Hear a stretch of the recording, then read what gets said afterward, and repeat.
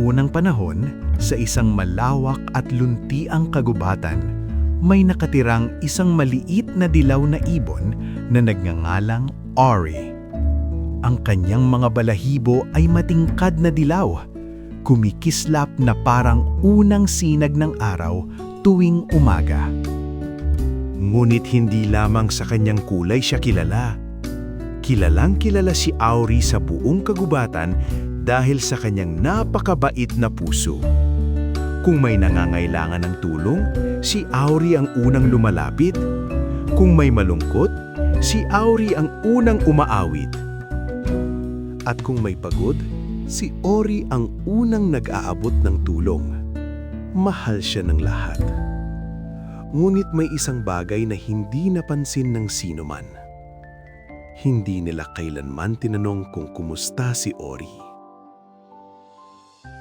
Tuwing umaga, bago pa sumikat ang araw, gising na si Auri. Lilipad siya mula puno hanggang puno, tumutulong sa bawat hayop na kanyang makita.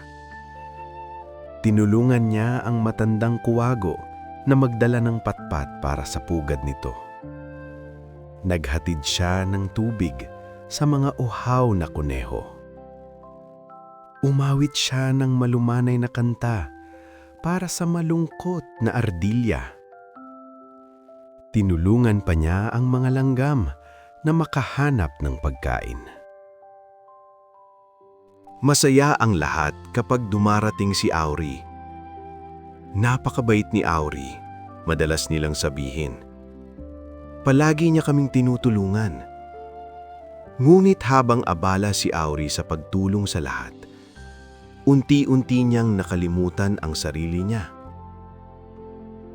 Isang umaga, nagising si Ori na pagod na pagod.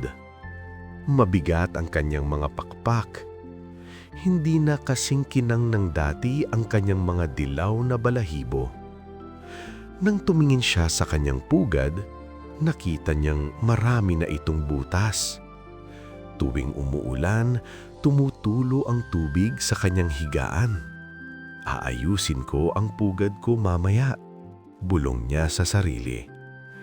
Tutulong muna ako sa iba. At tulad ng dati, lumipad siya palabas. May inang Maya na humingi ng tulong. May batang kunehong nawawala. May ardilyang malungkot. Isa-isa niya silang tinulungan. Ngunit habang tumutulong siya sa lahat, hindi siya kumain. Hindi siya nagpahinga. Hindi niya inayos ang kanyang sariling pugad. Lumipas ang mga araw. Lumipas ang mga linggo. Lumipas ang mga buwan. Si Auri ay lalong nanghihina.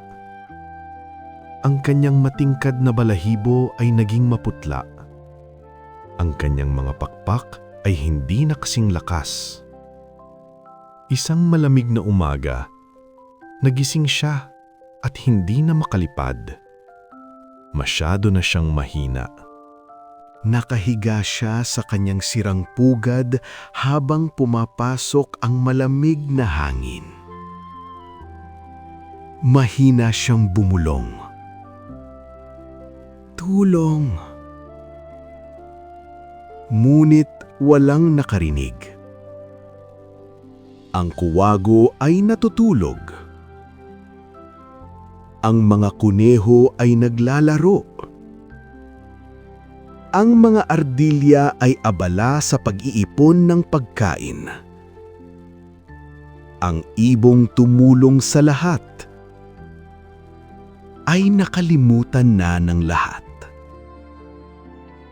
Pagkaraan ng ilang araw, may isang matandang pagong na naglalakad sa kagubatan. Narinig niya ang mahinang boses mula sa isang puno. Dahan-dahan siyang tumingala. Nakita niya si Auri na mahina at may sakit. "Ano ang nangyari sa iyo, anak?" tanong ng pagong. Ikinuwento ni Auri ang lahat. Kung paano niya tinulungan ang lahat. Kung paano niya nakalimutang alagaan ang sarili. Malungkot na umiling ang pagong. Mabuti ang puso mo, sabi niya. Ngunit nakalimutan mo ang isang mahalagang bagay. Ang sarili mo. Tahimik na nakinig si Ori. Hindi mo matutulungan ang iba kung ikaw mismo ay wala ng lakas. Patuloy ng pagong. Hindi ka makakapagbigay ng tubig kung wala ng laman ang sarili mong tasa. Tinulungan ng pagong si Auri. Dinalhan siya ng pagkain. Dinalhan siya ng tubig. Tinawag din niya ang ibang hayop upang ayusin ang pugad ni Auri. Nang makita ng mga hayop ang kalagayan niya, sila ay labis na nahiya. Patawad, Auri, sabi nila. Palagi kang tumutulong sa amin, pero hindi namin napansin na kailangan mo rin ng tulong. Unti-unting gumaling si Auri. At mula noon, natuto siya ng mahalagang aral. Tuwing umaga, kakain muna siya bago tumulong sa iba. Aayusin muna niya ang sarili niyang pugad. Magpapahinga siya kapag pagod na. At kapag mahina siya, marunong na siyang magsabi ng, "Tutulong ako, pero aalagaan ko muna ang sarili ko." Ang pagtulong sa iba ay isang magandang bagay.